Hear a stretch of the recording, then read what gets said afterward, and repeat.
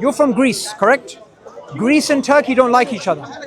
Okay? Unfortunately. Imagine a Turkish fan goes inside the Greek stadium during the match and it's 0-0 penalties and he raises up the Turkish flag.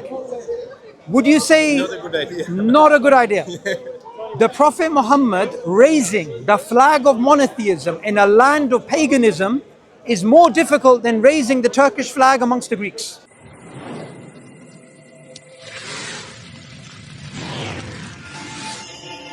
If you, Your name? Subboor, Subboor. Subboor, yes, Subboor.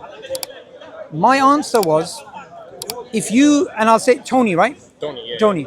Tony, you were on a Greek island on your own, okay? So say you are on a Greek island, Yes. and on that Greek island, there is plenty of fish and food for you to survive on your own. You're not interacting with any human. You're born on that island, and you grow up on a nice Mediterranean diet. It gives you enough fodder for cognitive faculties to be firing on all cylinders. Yeah. You can come to the realization that there's one God. Do you think that's correct?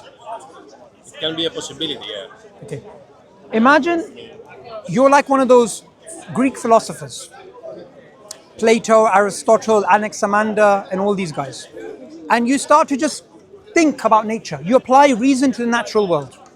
One of the things you'll realize is there has to be, in Aristotelian terms, because you're Greek, telos. Prime mover is about. Prime mover, I prefer another argument of Aristotle, which is the argument from end directedness, end goals, teleology.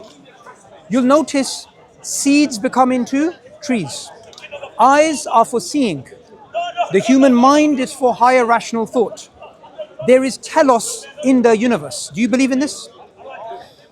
So that's my question where it is. For example, for me, universe, it seems from the science that it has a beginning and it's going to have an end. Like it seems logically and it seems like that's the case. But from my opinion, my thinking is like universe might not be the whole existence as a whole because the science cannot answer what was before or the universe will go. Sure. So from my opinion, it can be two options.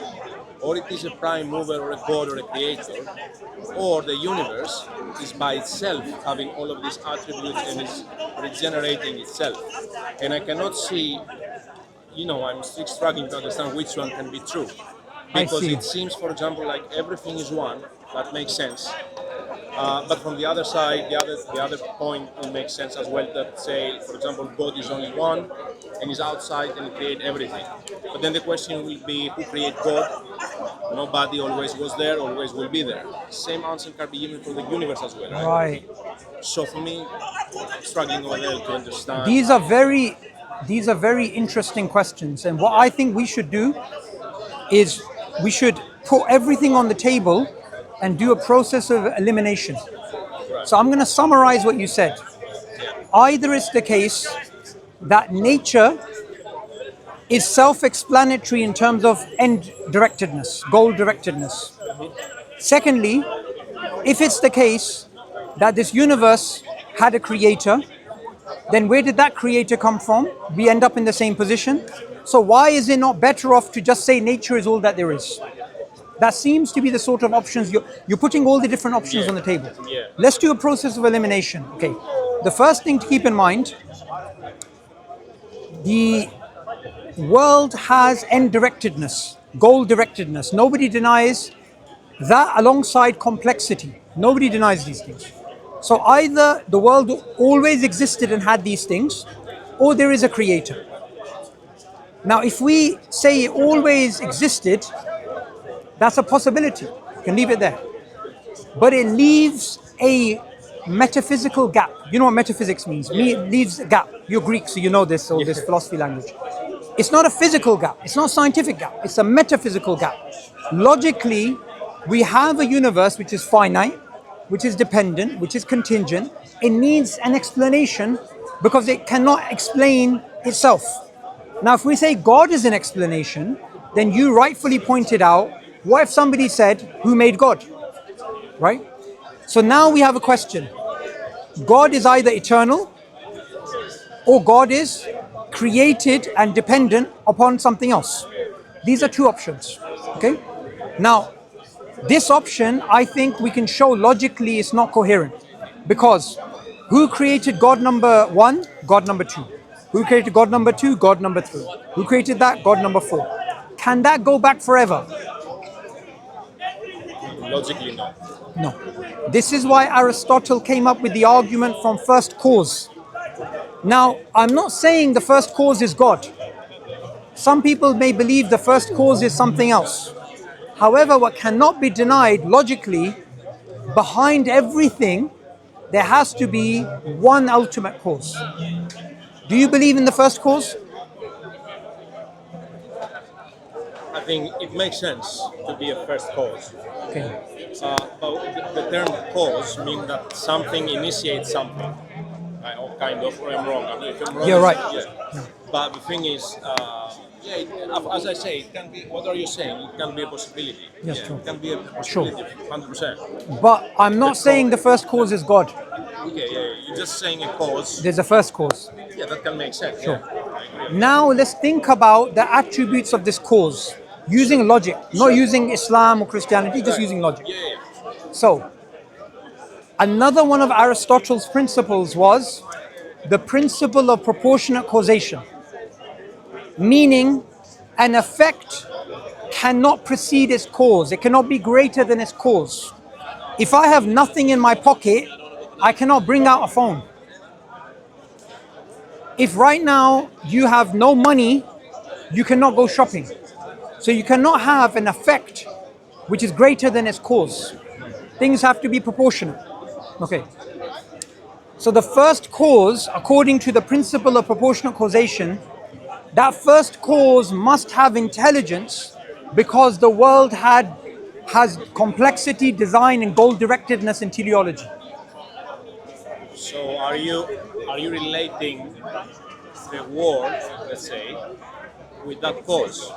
I'm saying, Is it related? Like I'm saying in terms of a logical deduction, the effect of today going back leads to the first cause being labeled as intelligent. Do you think this is right or wrong? I think it's right. Okay, good. Another thing I want to ask you is, right now you are a conscious being. Right now, your mind is not your brain at work. You can interact a bit about the world. Okay. If you look at this water bottle, you're thinking in your brain about something.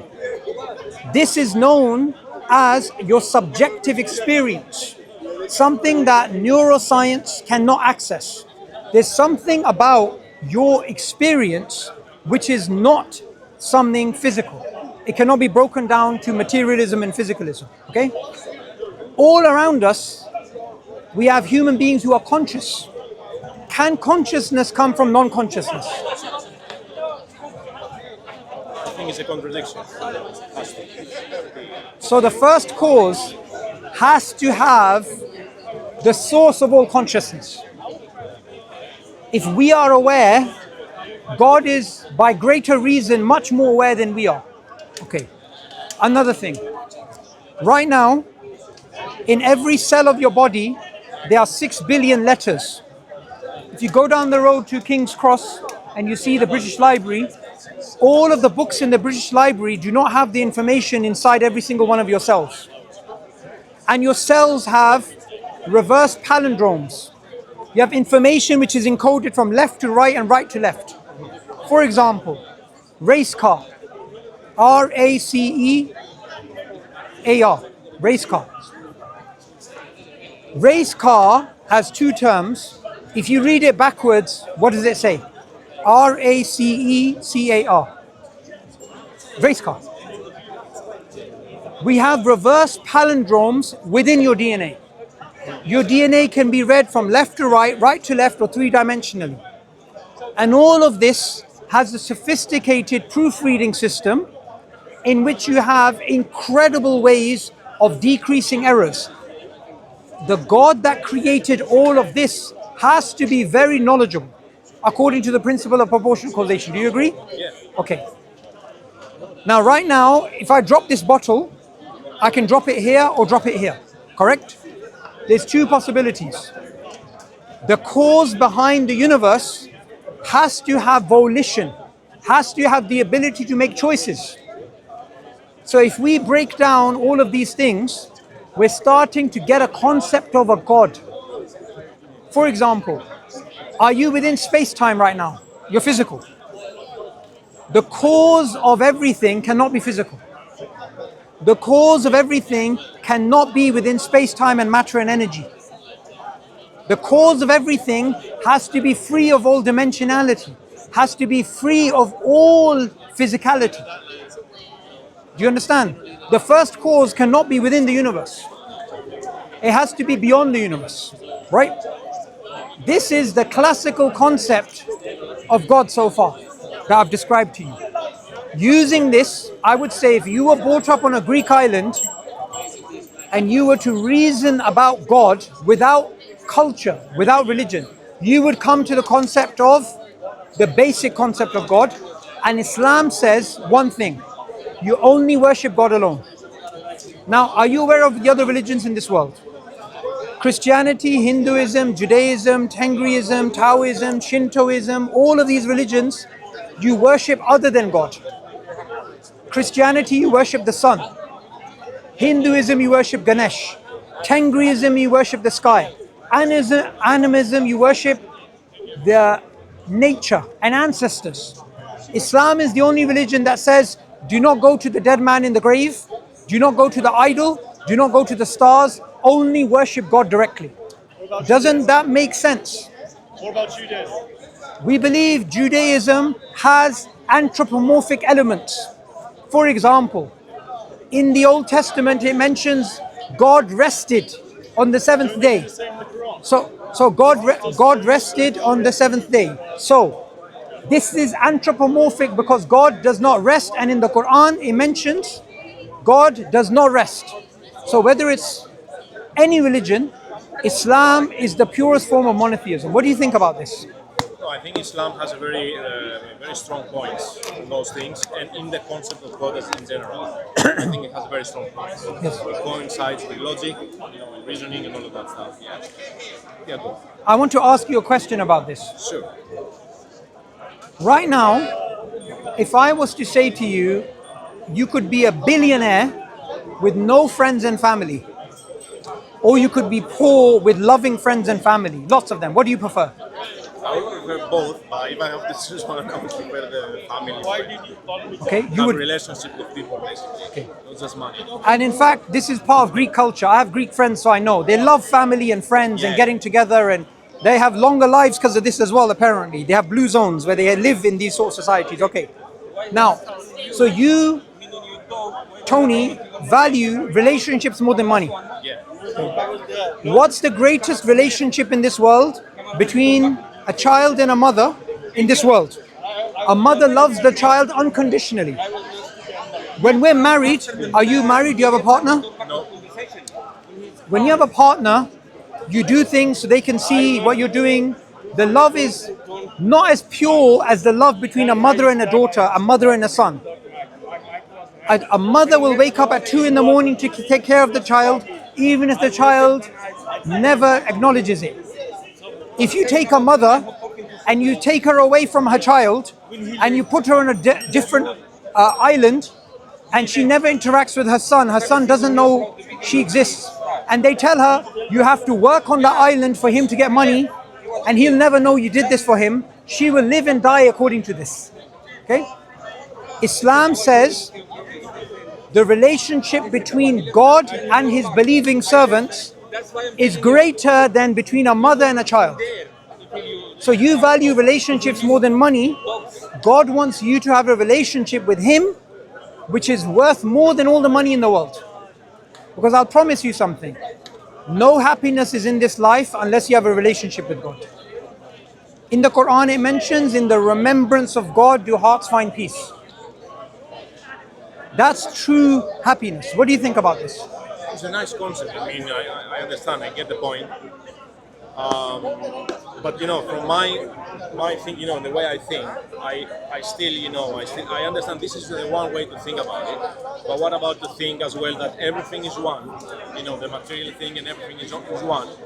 And everything, and the universe in general has this ability, and everything in the universe has the ability to, be a creator, has some kind of power, have all these attributes in a smaller way maybe, because if you are a human, or if you are a fly, or if you are a tree, or you have some attributes of similar to the, to the universe, or as we describe to God, knowing them, the highest level, but you have, you can create a family, you can create children, but you have a limit of what you can do, obviously.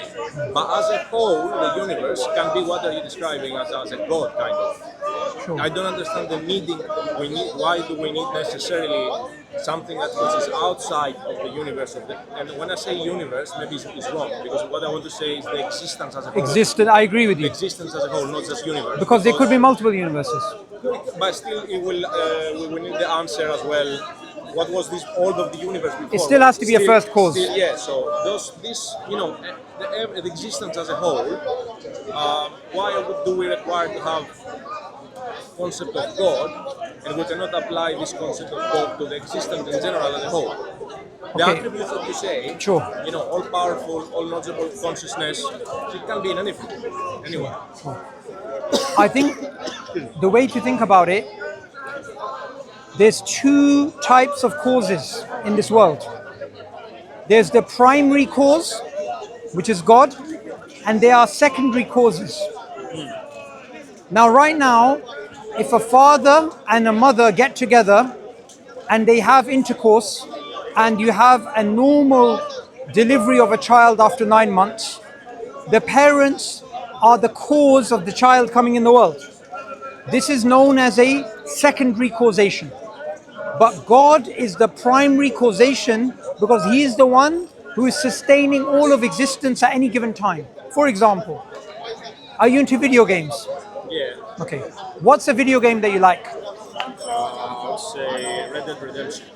Okay, Red Dead Redemption. Okay. Yeah. So in Red Dead Redemption, you get the guy on the horse, and he's running around. And I saw a funny clip of him insulting this feminist, which went viral. You probably saw that clip, yeah? Okay. Now, in Red Dead Redemption, you take the CD and you put it in the PlayStation, or you download it and you play it. There's a pre-programmed game which you are playing. However, the world doesn't work like that. The world works with a video game. Imagine it's being live coded every single moment.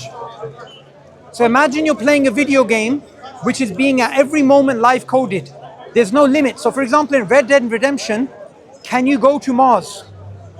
No. In this video game you can, because everything is live coded by the coder. There's a coder coding everything. Now, if in this game there are laws of gravity, when he's shooting a gun, he abides by the laws of gravity. There are laws of health. If you get shot, you die. However, at every given moment, there is a live coder controlling the game. The secondary causation of the character in the video game is not going to supersede the primary cause of the live coder. The live coder still controls all reality. In Islam, all of reality is controlled at every moment by God alone. So everything that happens, all of the laws of nature, everything that's happening, these things are openly happening by God's permission. So you're right, there is causation in this world, but all of this causation is physical, and behind all of the physical, there is a metaphysical first cause. So we go back to the same thing we said before about Aristotle. Everything that you said will still lead back to the same goal. Does that make sense? It does make sense as a concept. How are you, Sunny? Okay, yeah. I was looking for you, but you are different dress. Yeah, so yes. Dawah ready, Summertime right? is So let me just finish off here. Yeah, it's nice. It's nice. Yeah, does that make sense to you? It does make sense, yeah. To be honest, what doesn't, you want to tell you what it doesn't make sense? I would love, no, please. And tell me if you think I'm wrong, I don't mind. What you said so far, it sounds really logical, really, logical and nice. But the thing thing is, if let's say we accept that there is this creator, this prime mover, this the first cause, any name we can give. Religions in general, and I say Islam, has a very nice concept for God, but religions in general, they go, I think, further than that explanation. Say that again? They go further Sure. than that explanation, than that just simple explanation that it makes sense. For example, we do not know many things in life. If you ask me, I do not know how to drive an aeroplane, I do not know how to do a surgery, I do not know how to do millions and billions of things in this life. So that's why I say to myself, I'm an agnostic in that sense. And I say to myself, I'm an agnostic when it comes to God as well. Because if I do not know to do all of those things in life, and in general things that I have to explore constantly, how can I know so precisely, like is my friend, God? Excellent question. That's good. Excellent question. I'll give you something to consider. And like I said to Carl earlier, it takes time to arrive at these conclusions. But I'm going to give you something just to think about, Tony.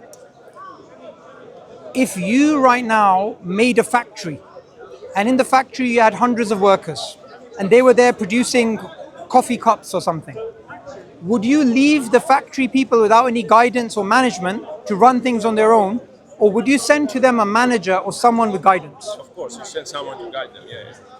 The first cause, it makes sense, would send to us some form of guidance.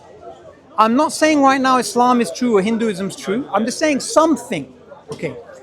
Now, we should be able to distinguish when this thing comes from God. How do we know it's from God and not from man and not made up? The first thing is, what we agreed previously about God, it cannot contradict what we already know by God by reason.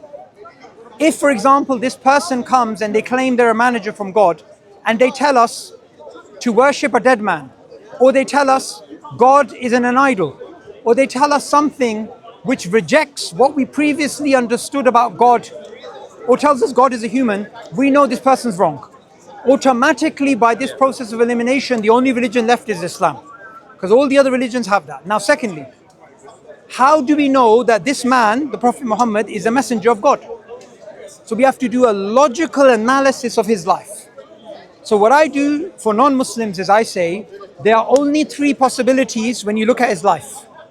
Either he is truthful and he's a true messenger of God, or he is lying and he's not a messenger of God, or he is insane or mad.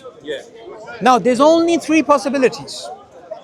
I believe through a process of elimination, we can recognize he is speaking the truth, he is not lying, and he's not insane. Shall I give you this argument? Yes. Okay. I have time. I don't know Sure, about you. sure. No, I do. So the first thing is, for someone to say a lie, there has to be a level of motive, unless they're insane. We're going to deal with that later. You have a man in the desert, in the Middle East, in the 7th century. He is in an area of idol worship. Everybody around him is an idol worshipper. Imagine the social, cultural, economic, and religious pressure to conform. Do you know there are experiments to show human beings will deny their own perception to fit in line with society? There was an experiment done at Stanford University where they had these students. And there was a student and the rest of them were test subjects. They showed them two lines. And one line was shorter than the other. There was 2 or 3 lines there. The actors were told which line is the shortest. All of them lied, and the test subject also agreed with them because he didn't want to go against the social group. You've probably seen in an elevator experiment, everyone in the elevator is standing in this direction, and then everyone turns around, and they all turn around. You've probably seen these experiments, right? We conform as humans. How could a man in the 7th century raise the flag of monotheism on his own when around him people wanted to kill him? People's livelihoods depended on idols. They used to trade idols. Okay? You're from Greece, correct? Greece and Turkey don't like each other. Okay? Unfortunately. When was the last time they played football? I don't remember now, but I think it was long time. Long time. Yeah, Okay. Imagine a Turkish fan goes inside the Greek stadium during the match, and it's 0-0 penalties, and he raises up the Turkish flag. Would you say Not a good idea. not a good idea?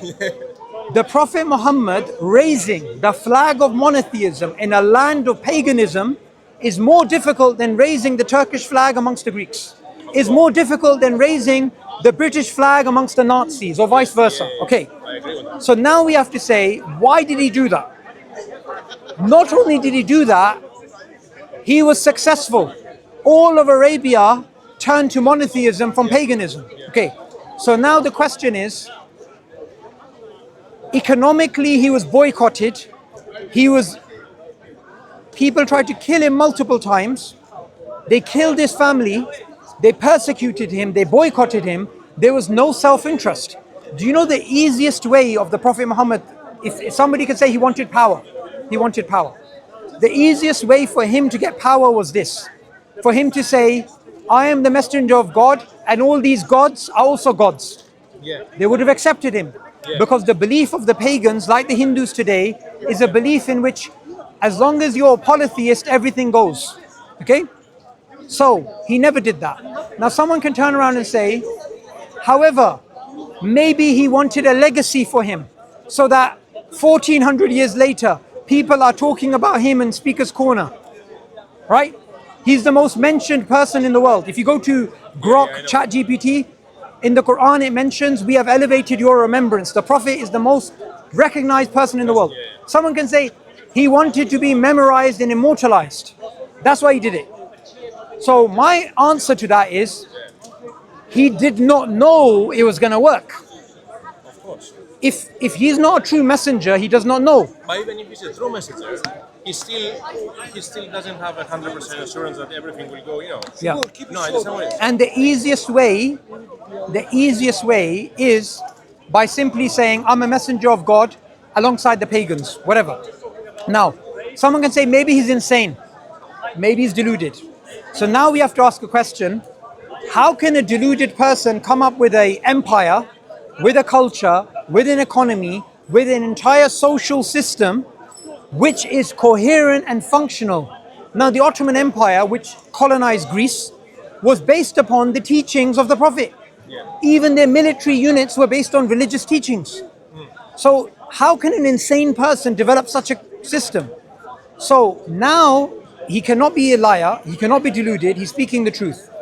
Alongside that, he made predictions about the future. He made predictions about the barefooted Arabs building buildings to compete with each other. He made predictions about the Mongols, predictions about sexually transmitted diseases, predictions about how future societies are going to be, including interest-based societies, which are only a recent phenomenon. All of these prophecies, alongside his character, show us he can only be a truthful messenger. He cannot be a liar or deluded. What do you think about this? So I think those options that you gave are really possible, but what about a fourth option, Sure. if I may? Sure. That, the concept that you say that he proposed from God, is very logical point. And if he wasn't very smart, even though he was, I think, illiterate, right? He didn't Could not read or write. He was but unlettered. that doesn't, disqualify him from being very smart. Of course. And so if he was a very smart person, and he stand there and he just thought about, how can I create an empire? I have to use something logical. Let me see Christianity. Christianity is not logic, because it's a 3-in-1 and all of these things. Let me see the Judaism. It's not, because in my opinion, I think it's only Islam or agnosticism. Okay. I don't think that other things. I agree with you. Sure. But your point is very strong. I think Islam is a very strong religion. Sure. But however, Sure. something be very strong and very logical doesn't make it true necessarily. So if he was a very smart person, he could easily come to the conclusion that, look, God has to be one. He can read some other books, some other philosophers, and he can add up a very nice message as the Quran and all of these things to make sense and to create an empire. Sure. So it can be, but I agree with what you're saying about this possibility. But let's consider that. Look, Carl, the thing I like about you is that you're willing to push back Tony. where you did. Tony. Sorry, Yeah. Carl was the last Carl was guy. the- I got confused. Tony. Tony, The thing I like about you, Tony, is that you're willing to say I'm wrong, and you're willing to say it so that we can have a conversation, because you will not spiritually develop until you deal with all your doubts. I do not want you to come to Islam based upon I told you. You need to come to Islam based upon your own reason and logic, and you're an intelligent man. So now let's consider this. He is not a liar. He's not deluded. He is not speaking the truth. He is simply an incredibly intelligent man who worked out what a system could work in the world. The problem with this is two residual problems. Number one, it would mean that his prophecies, which he made about the future, could be unaccounted for under this. Because if he was a genius who came up with all these things, Still won't be able to do the prophecies. Okay, I'll give you an example. He said, Islam will dominate East and West. I'm paraphrasing here. It will go over East and West. Okay. He also said, interest will go everywhere, and the dust of interest will touch everyone. Islam forbids interest.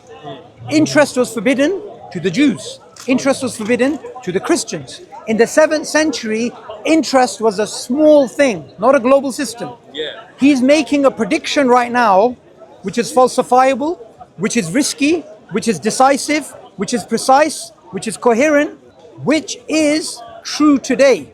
Islam has spread East and West, but the system of interest has also dominated. I'll recommend a book to you called The Forbidden Prophecies, and I'll give it to you afterwards. Yeah. In this book, it gives you a criteria of prophecies, and then it goes over why the Prophet Muhammad, peace be upon him, made prophecies which could not be accounted for using this criteria. Right. And through a process of elimination, you have a rigorous logical system. And I want you to read that, because you're a very intelligent man. Read it and come back to me. We will discuss it, because I'll tell you something. I cannot convince you that Prophet Muhammad, peace be upon him, is a messenger of God unless you take the patience to go through the argument, because it takes time. It takes time, absolutely. So I'll give it to you. I'll give it to you. Yeah? Thank you so much. Any more questions you have? I have, but if you don't have time, if you guys No, can I'm discuss good. another day. I'm good for time. I'm good for time. So yeah, basically this is the argument that I was struggling with all of these things, and with the religion, and for example the communication of God to the humanity. How God confused humanity so much. Not God, but how is possible humanity being confused in that level that we have so many religions around? And that's one question that I have. And the other question I have is that... Can I answer this one first? You're fine. God says in the Quran, He created us to be tested with good and evil. Okay? If there is a person born in the Amazon rainforest and they follow animism, they follow the worship of ancestors, spirituality, whatever. They're born and they die in the Amazon. Yeah. They've never heard of Islam. No one's ever reasoned with them they should worship one God. That person is not accountable in the way that you are or I am. So we believe in Islam, you are only accountable according to the knowledge that you've received. In the Quran it mentions, God does not do any injustice to any human being. 2, God does not punish until He sends a messenger. So for someone to receive a message, understand the message, analyze the message and reject it, then they are liable. But if a person has never received the message of Islam, it's not their fault. God says in the Quran, if He wished, He would have made us into one community. But that's not God's will. God wants a diversity, and God wants everyone to go through a different test. For example, you right now are going through a different financial, emotional, personal test than I am. Everybody in this park is. You know, when I was in Leicester Square, this guy came up to me and he was talking to me, and he said, I have terminal cancer and I'm dying. If you looked at him, if you looked at his shopping, if you looked at his clothes, you could never tell. This life, God is testing us in a myriad of ways. And one of the ways He's testing us is through division of religion. So this is part of God's will. That's why the Quran mentions it. So it's not that important what religion you follow, basically, right? It is important if you're aware of the message. Yes. Also, there's another thing. I was talking to Carl about this earlier. Yeah. We have something known as the fitrah. Yeah. It's known as natural disposition. Yeah. Even a person in the Amazon rainforest, they will come to realize I shouldn't be worshipping an idol or the stars. I should be worshipping the God, the one God. Yeah. I should not steal because it's also within him. So we believe the fitrah, or the natural disposition, tells us right and wrong, and it tells us that we should not do wrong things. You see, what's your other question? The other question is about the evil that is happening in the world, and especially the, if I can call it, unnecessary evil. For example, if something bad happens to you, but you take a lesson, it's a good thing, kind of. Like the unnecessary thing and all this suffering that's happening in the world is really, I mean, and there is no, at least in Christianity, I think, or other religions, there is no any name or any attribute to God about that. Because if we say about the universe, we can say universe is all-knowing, it's all powerful, it's all good, but it's all evil as well, it's all bad. But where is this attribute goes to? It goes to God as well, because everything, if it comes from God, that means that even this injustice comes from Him. So this is an interesting question. When it comes to the problem of evil, other religions like Christianity, they say evil exists in the world because of human actions, human free will. And I think this because of the devil as well, Yeah. the influence. Muslims say Allah, God, is loving, caring, but He's also the wise, and He also tests us. So in the Quran it mentions God created life and death to test us with good and evil. So good and evil goes back to God as a form of a test. Now, you rightly pointed out some things we recognize. For example, you may lose your job, and a year later you realize you losing your job made you richer because you started investing in cryptocurrency, whatever. Yeah, exactly. Fine. However, there's 4 types of knowledge of God in the Quran. God knows the past, God knows the present, God knows the future, God knows the potential. Okay. Potential meaning, if Tony was not born as a Greek and living in London, if he was born in the 7th century as an Egyptian ruler, what would he do? If Tony was living like Trump and Trump was living like, what would every possibility God knows? Okay. So sometimes the wisdom of why there is evil is inaccessible to us. So it's a mystery, kind of. Yeah, but it doesn't mean there's no answer. It means as a form of a test, God is withheld that knowledge from us. But you will say this test is unjust as well. I will not say it's unjust because God says in the Quran, He does no injustice. All of the things in this life are evened out in the next life. For example, But I'm talking about this life. This life is unjust. this life has injustice, but that injustice is not something that is due to God. God has given us, for example, I'm a father. But He created this.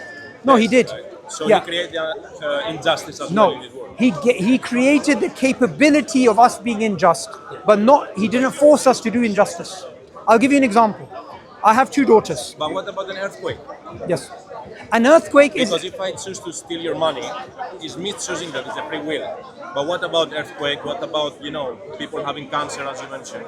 Sure. This is just, boom, something that's Sure. happening from Him, right? So there's 2 different things here. If right now you steal something, Yeah. God sends an earthquake to punish everyone, including you, that would be injustice. We don't believe in this. We believe even if everybody is good, God can still send an earthquake to test us. And God in the Quran tells us He will test us with good, He will test us with evil. So the Quran does not shy away from evil being something that exists in the world as a test. Because God wants to see our reaction. He wants to see if we're going to be patient. He wants to see if we're going to pray to Him. Because whenever people go through evil or problems, they become more religious. Have you realized that? Yeah. When someone has cancer, they start turning to God. Yeah. So in this life, the fact is, we simply cannot say, because there is evil, we are going to say there's no God. It's not so much about the evil, it's about the injustice that is happening. The injustice is evil in my eyes. For example, when I see a soldier fighting with another soldier, it makes it makes sense for me. But when I see, for example, an aeroplane throwing bombs in babies, for example, Gaza. in Gaza, for example, or wherever can happen this bad thing, this is totally injustice. And let's not say Yeah, but an aeroplane. Let's say an earthquake happening and a lot of children die. Sure. And it's not from someone else, it's not from another country, from an enemy or whatever. It's just an earthquake happened, thousands of children die. What is God testing by doing that? And it's not. Do you think it's not such a much? The level is too high of this test. Okay. So God says in the Quran that He will test us with our children, He will test us with our wealth, He will test us in everything. The fact is, if there is an Israeli jet which is bombing and killing civilians, or there's an earthquake, both of these situations is a test for the parents, is a test for society, is a test whether people turn to God or they not.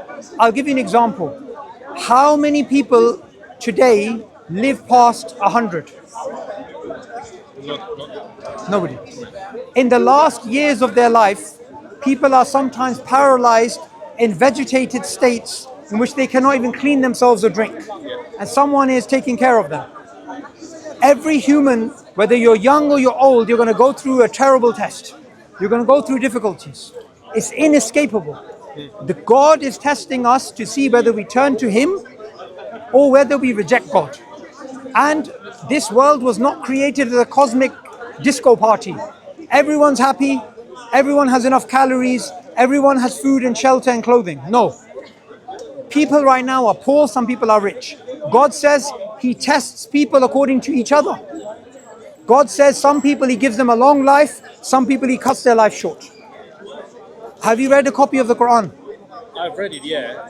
Have you noticed the Quran repeatedly talks about tests and trials and tribulations? I see that, and I see that the Quran also talks about justice a lot. And that's why I'm asking about the injustice that's happening, because from my eyes, I can see when something is right or wrong, or just or unjust. Yeah? And I see a lot of injustice in the world. For example, I see really bad people doing bad things, having a lot of money. So that's on the Day of Judgment. And I see a lot of good people being poor and having nothing. This test and this thing is coming from Him, right? So this injustice, let's say, is coming from Him, but for a test. It come from Him. That's what I want to clarify. Look, so let me give you an example. You run a nursery, okay? And you put in rules in place to improve the quality of the students. However, that involves the children being uncomfortable. For example, working for long hours, not having enough breaks. However, from your perspective, it's not injustice because you have a higher goal in mind. In chapter 18 of the Quran, do you have a copy of the Quran? I have it, yeah. Chapter 18 of the Quran is called the cave. And in particular, it's the story of Moses and a mythical figure called Khidr. They both travel together, and Khidr does things which to Moses look like evil. There's good people who help them cross a particular river. He damages the boat. So he does good things, he does bad things to good people. Then he comes across a town and strangers are normally taken care of, and the people in the town, they reject them. And these bad people, he builds for them a wall. So he does bad things for good people, good things for bad people. Then he comes across a child and he kills the innocent child. And Moses cannot handle this. What are you doing? He's so confused. Khidr, who is a mythical figure, some people say it's an angel, some people say it's something else. He says, let me tell you of the things you had no patience. As for the people of the boat, I damaged their boat because there was a king that was seizing all good boats. And the king was not going to seize their boat. So I damaged their boat, so basically they can repair it and they can keep their boat. As for the town, the people rejected us, but they were orphans in that town whose father was righteous. The wall was breaking down and he put his treasure underneath the wall. I was rebuilding the wall so their treasure is protected. The boy, he was going to grow up to be a tyrant, so I stopped his evil in his tracks, basically. So This lesson in the Quran is teaching us past, present, future potential. Do you remember what I said? There are potentials that God knows that we do not know. And therefore, it takes time. Look, I'm not telling you, Tony, you're instantly going to get what I'm saying. I'm not telling you that. You're an intelligent man. It's going to take you time. But I want you to deeply think. Because look, I'll put it to you this way. No matter how much evil there is in the world, there is a God. No matter how much evil there is in the world, the Prophet Muhammad is the true prophet. No matter how much evil there is in the world, atheism and agnosticism will make your life more miserable because there's no answer. Belief in God will make your life easier.